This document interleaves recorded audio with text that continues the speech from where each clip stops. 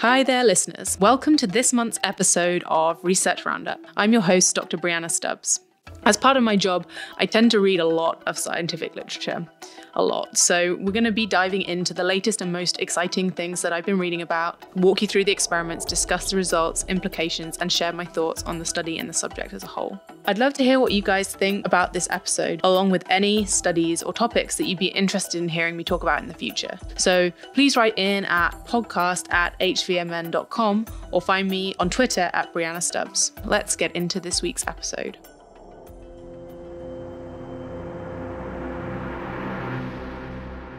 The three papers we'll be discussing today are based around intermittent fasting. So before we dive in, the first thing to note is that intermittent fasting is quite a broad term that covers quite a few different ways of not eating. One would think it would actually be kind of simple, but you can actually make this quite complicated. So first up, there's water fasting. This would be the typical way that most people think about fasting. It means that you have nothing that contains calories, you just drink water.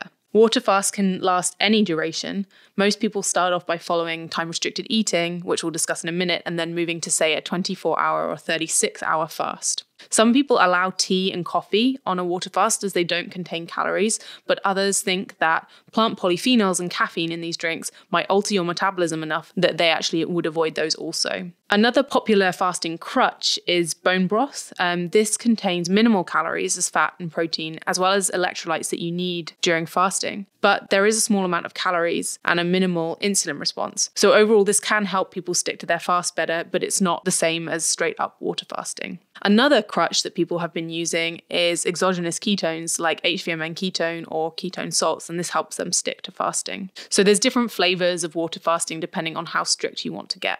Once you've defined whether or not you're going to eat any calories or polyphenols or anything that's going to alter your metabolism, you can then define your eating window.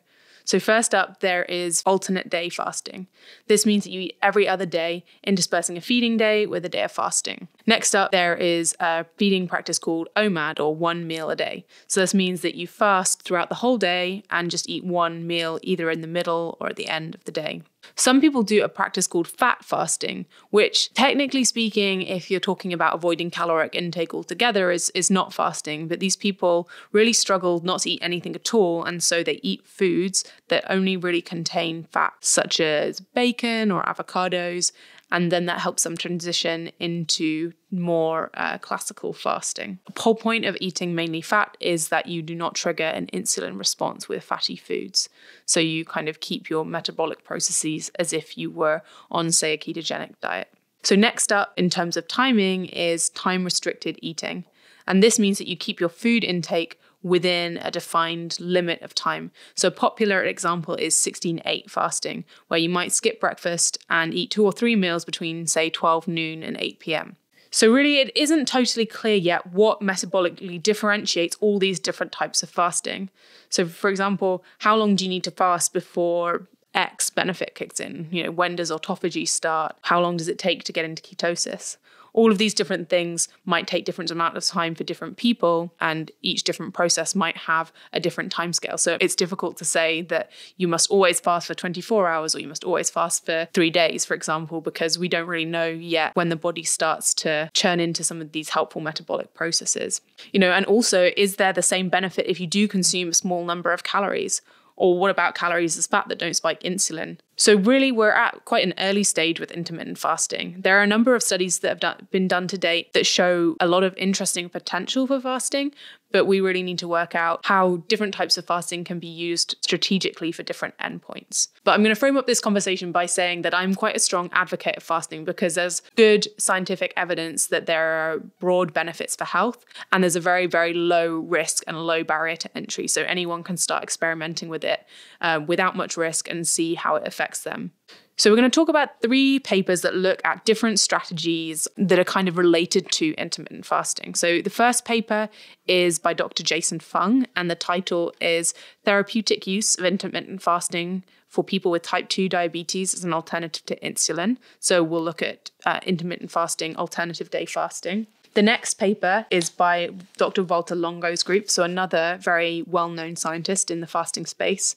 This paper was published earlier this year, and its title is Fast-Mimicking Diet and Markers or Risk Factors for Aging, Diabetes, Cancer, and Cardiovascular Disease.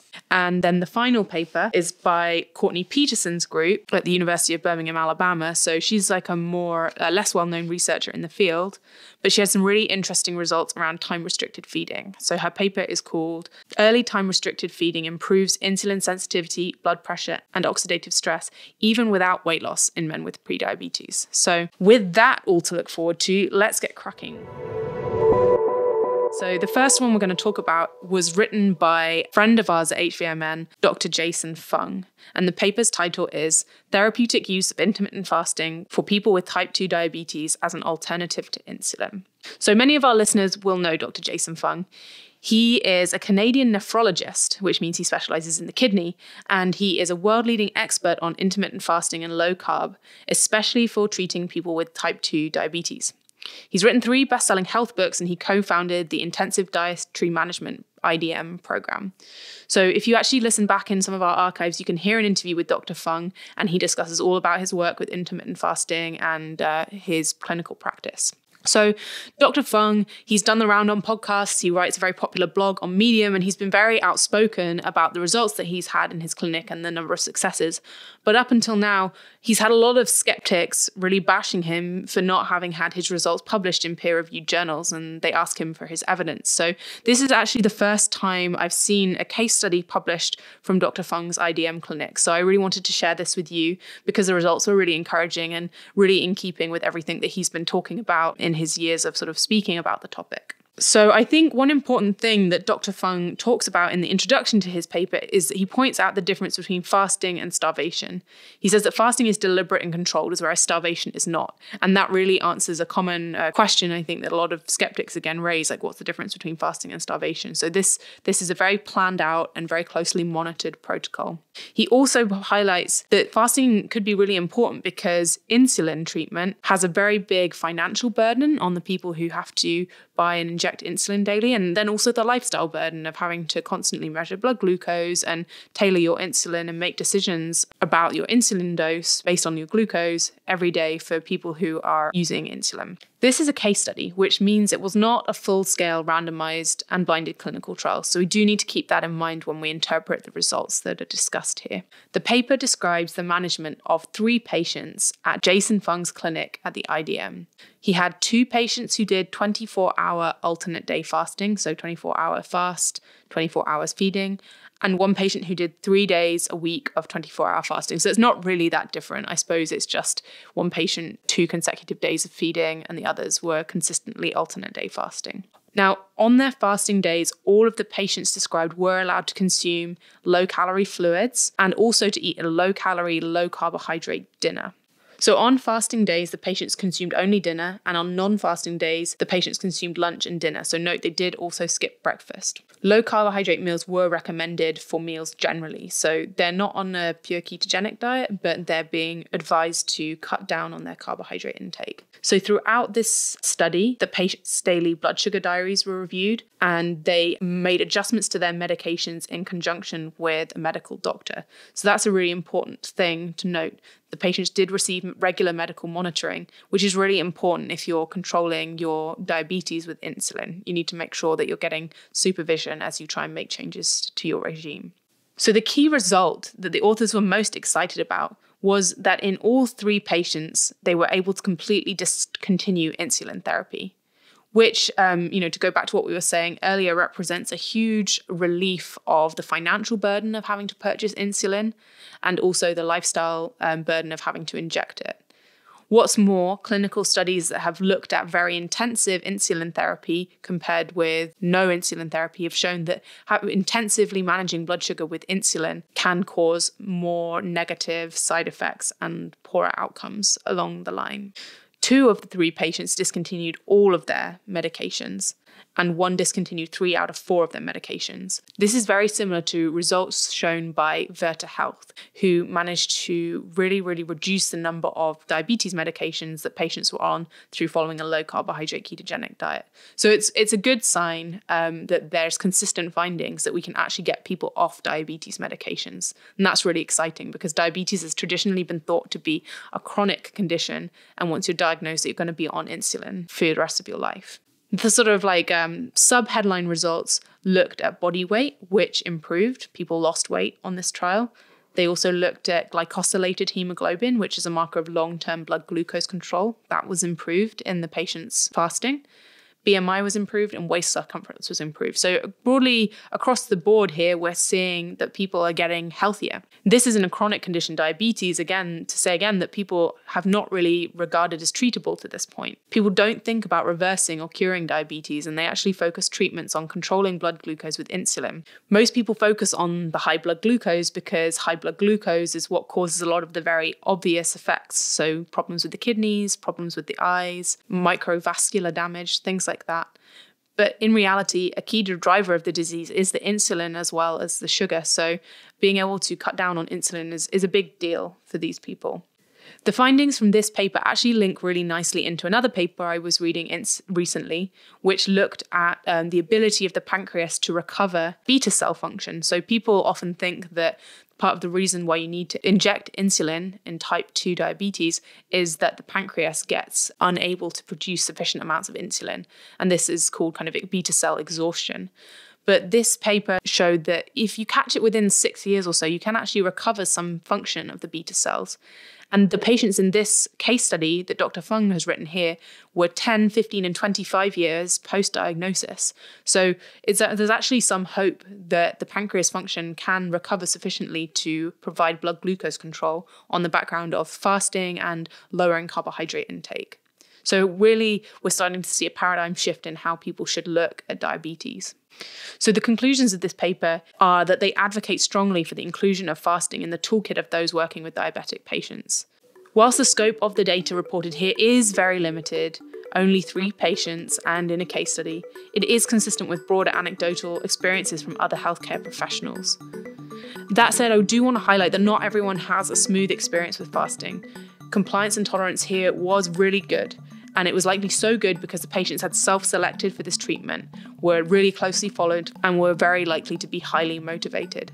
So therefore, it's not clear whether if you just picked a random sample of the population and told them to fast, whether they would be able to adhere or whether they'd get the same results. These people are obviously making other changes to their lifestyle as well. So really to wrap up this first paper, the findings that Jason Fung describes are not actually that novel. They're in keeping with a lot of things that we've seen in the literature today and anecdotes that people in our community and people share over social media. But it is really great to see more evidence emerging in this literature. And I would like to say that it's great that this has been published in a medical journal called the BMJ rather than a basic science journal, because hopefully this means that the paper will be read more by clinicians. It might get flagged up by people who are actually treating the patients and who might not be reading, science or cell metabolism or kind of these more like basic science journals. So hopefully that will start to move the needle in terms of how people actually administer care to patients with diabetes. The next study we're going to look at today was led by another very well-known scientist in the fasting field, Dr. Valter Longo. The paper is called Fast-mimicking Diet and Markers and Risk Factors for Aging, Diabetes, Cancer, Cardiovascular Disease. Quite an ambitious title there. And it was published in the journal Science, Translational Medicine, so a basic science journal, published in February 2018. Dr. Longo is a professor of gerontology and biological sciences at the University of Southern California, and he also directs the Longevity Institute there. Much of the work that got us at HVMN interested in fasting was actually from Dr. Longo's group. He did many of the early studies in animals demonstrating the effects of fasting on cognitive health, performance, and longevity. As one of the world leaders in fasting, Dr. Longo has thoroughly characterized the changes in metabolism and biomarkers that's seen during a fast. However, he recognized that generally people have quite a hard time not eating and decided to design what's called a fast-mimicking diet. The fast-mimicking diet is low in calories, low in sugar, and low in protein, but high in unsaturated fat. It's designed to achieve fasting-like levels of signaling molecules such as IGF-1, glucose, and ketone bodies, but also provides some macro and micronutrients to minimize the burden of fasting and minimize any adverse effects and improve compliance. Just as a little side note, talking about IGF-1, it's a growth factor that has a role in metabolism and general growth of the body, as well as aging and cancer. Generally speaking, lower IGF-1 has better outcome measures for health. So Dr. Longo's group has designed a fast-mimicking diet and now markets it as a formulation called Prolon. Prolon is a meal plan that's vegetable-based soups, energy bars, and it's provided in a box. It's not a low carbohydrate diet. It's 46% fat, 43% carbs, and 11% protein, but it's very low calories. So the patients were sent out the meals. They weren't eaten under supervision, so that's a little bit of a limitation there. The protocol with Prolon is that you do 5 days of this diet each month. And in the study here, they did 3 months and 5-day cycles in each month. This was a randomized study where people either completed 3 months with the fast-mimicking diet 5 days a month first and then had a 3-month washout, or where they had a 3 months period where they followed their normal diet and then 3 months with the fast-mimicking diet. They lost a few of the people who did the fast-mimicking diet first. They didn't get to follow up with everyone, but they had comparisons between normal diet and fast-mimicking diets. And the people that took part in this study were generally healthy people completing 3 cycles, and the total number of people that completed all 3 cycles was 71. Again, the headlines here were pretty impressive. The fast-mimicking diet helped to reduce body weight, reduce body fat, lowered blood pressure, and also lowered IGF-1. There were no adverse events reported, which is great, and compliance was broadly good. Compliance was less good in people who had to do the fast-mimicking diet second after having 3 months of their normal diet, which is interesting. They looked at a number of other metabolic markers, such as fasting blood glucose, triglycerides, a marker of inflammation called C-reactive protein, and cholesterol, including HDL and LDL, and none of these were affected by the diet. But then that said, the beneficial effects on body weight and IGF-1 were still persistent after a 3-month washout period in those who did the fast-mimicking diet first. So the authors conclude in this paper that these results indicate that periodic fast-mimicking diet cycles are effective in improving the level of an array of metabolic markers and risk factors associated with poor health, aging, and multiple disease-related processes. And certainly there are some encouraging signs here. Certainly want to be able to reduce the body weight, lower IGF-1. All of these things are good. And it's certainly good to know that fast-mimicking diets are a reasonable alternative to straight up not eating anything at all. But I would say that perhaps the title and the conclusions here are slightly overstated. If you're looking at the data in the paper, you can see that there are a broad number of markers that were not changed by the fast-mimicking diet, including cholesterol and triglyceride. An important point to note here is that the people recruited for this study were classified as healthy. When the researchers pulled out the data from people who already had more elevated risk factors, such as higher triglyceride or worse cholesterol, then those markers were improved more and actually improved significantly in people where the risk was high to start with. So I guess what this says to us is that if your risk is already elevated, your risk of disease, then fast-mimicking diet might achieve more of an improvement in biomarkers compared with if you are already healthy and your biomarkers are good. So with that, on to our final paper of the day. We're going to close up this month with another slightly different strategy for not eating. The title of this paper is Early Time-Restricted Feeding Improves Insulin Sensitivity, Blood Pressure, Oxidative Stress, Even Without Weight Loss in Men with Prediabetes. It was published in Cell Metabolism in June 2018. So the lead author here was Dr. Courtney Peterson.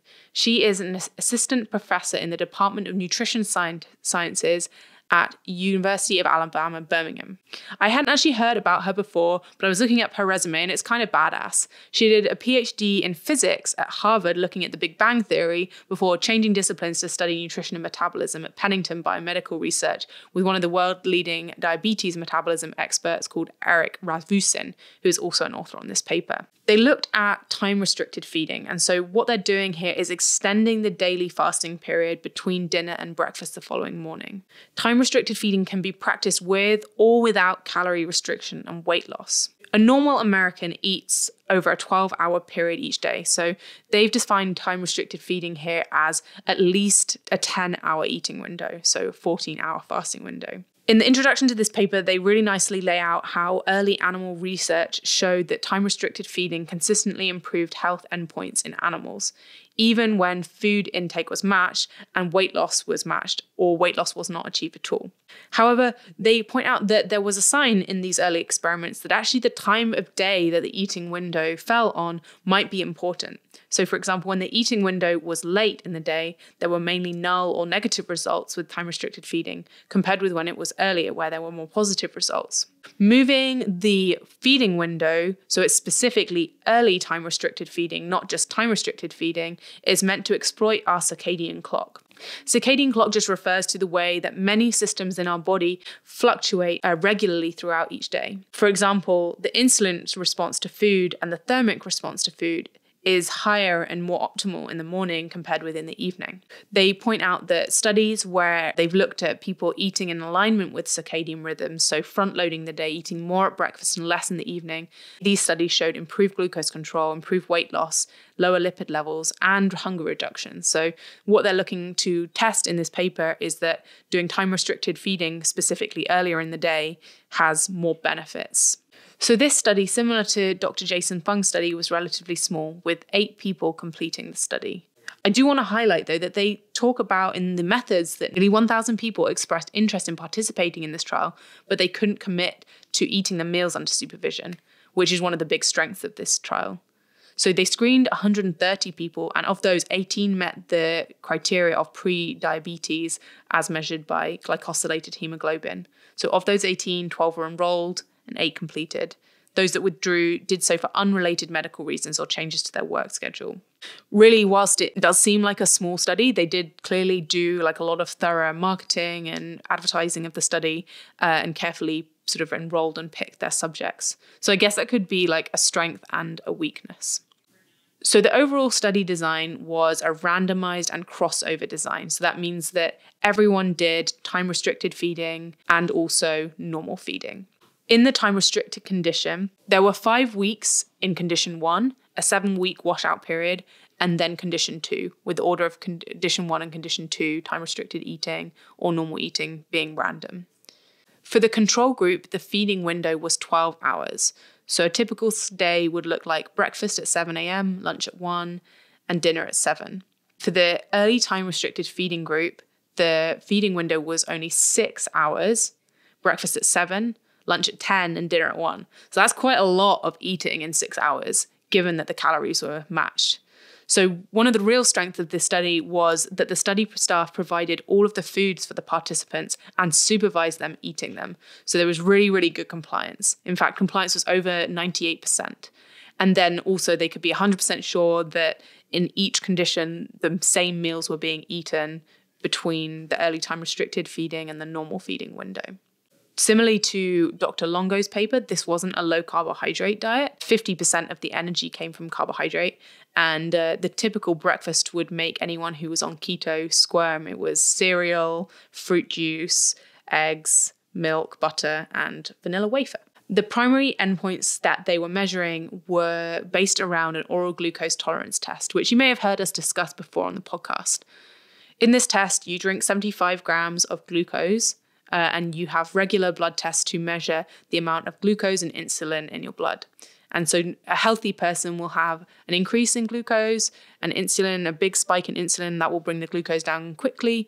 And if you're less healthy, it will take, you might have a lower insulin spike. Your glucose might stay elevated for longer and take longer to return to baseline. So that's kind of what we're looking at here. From the oral glucose tolerance test, you can calculate some measures of insulin sensitivity as well as measuring insulin itself. The secondary measures, so the ones that they were looking at alongside the most important measures, were risk factors associated with cardiovascular disease, inflammatory markers, and oxidative stress markers. So what were the results? Body weight was stable. When you consume the same amount of calories, consuming them in a time-restricted feeding kind of way didn't appear to affect resting metabolic rate or energy expenditure. Now, interestingly, the fasting glucose did not change between conditions, and the glucose response to the oral glucose tolerance test was also the same between groups. However, insulin did decrease in the time-restricted feeding group. Therefore, the oral glucose tolerance test-derived indices of insulin sensitivity were improved. And the biggest differences were in people who had higher levels of insulin at the baseline. So this is, again, maybe similar to what we saw with Dr. Longo's paper, where people who were already more at risk at the start saw more of an improvement. So before we kind of get a bit despondent that there's not an improvement in the oral glucose tolerance test, the authors have a few reasons that they've suggested why this might have happened.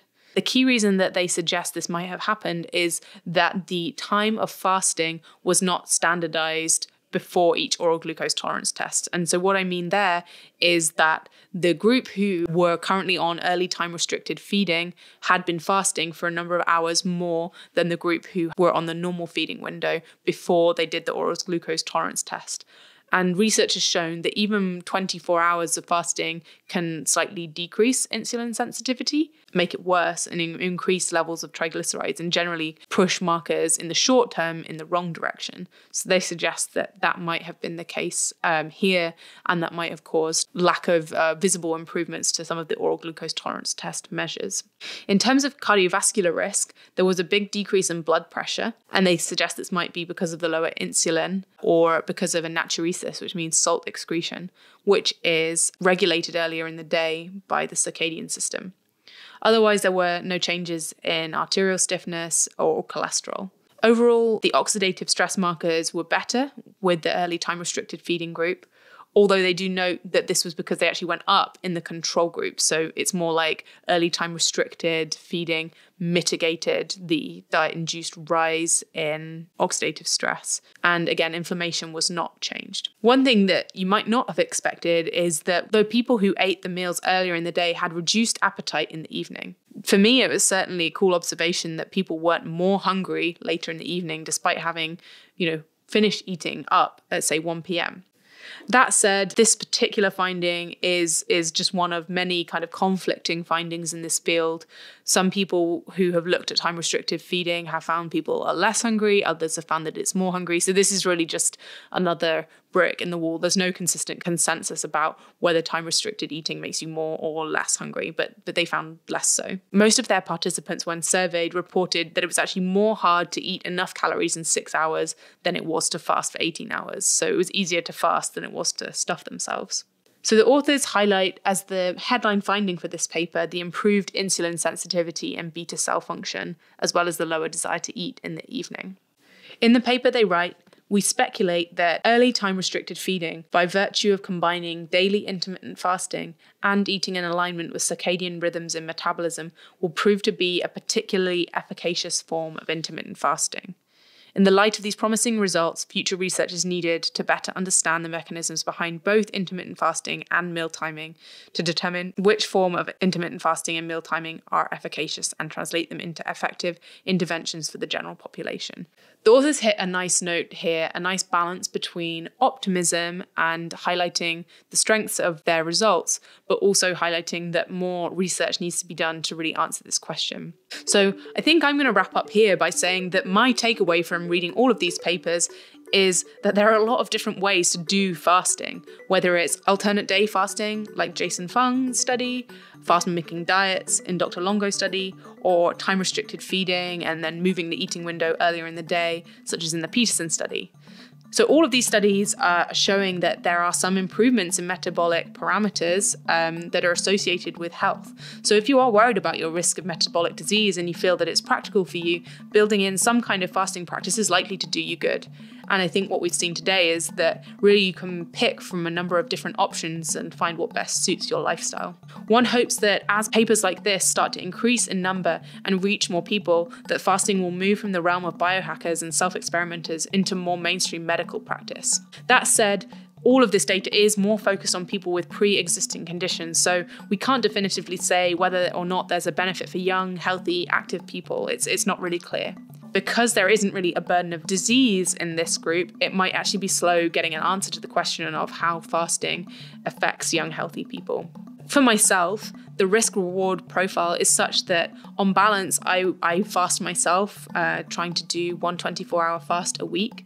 And I would say that fasting regularly is more likely to help you live longer and healthier than it is to do you harm. So with that, we'll wrap up for this week, and feel free to share this with anyone who you think might be interested. I know that a lot of people, when you discuss with them that you're fasting, they just think, my word, are you going to do that? You're going to die? Are you going to get really sick? Is it going to make your body go into starvation? Hopefully this provides like a little bit of insight that fasting is a really broad term. There's a lot of different ways to approach it, and that there's really good scientific evidence showing that it can be helpful for health. So we hope this arms you to go out and have those interesting conversations to spread the word. And we hope you'll be back next month for another research roundup.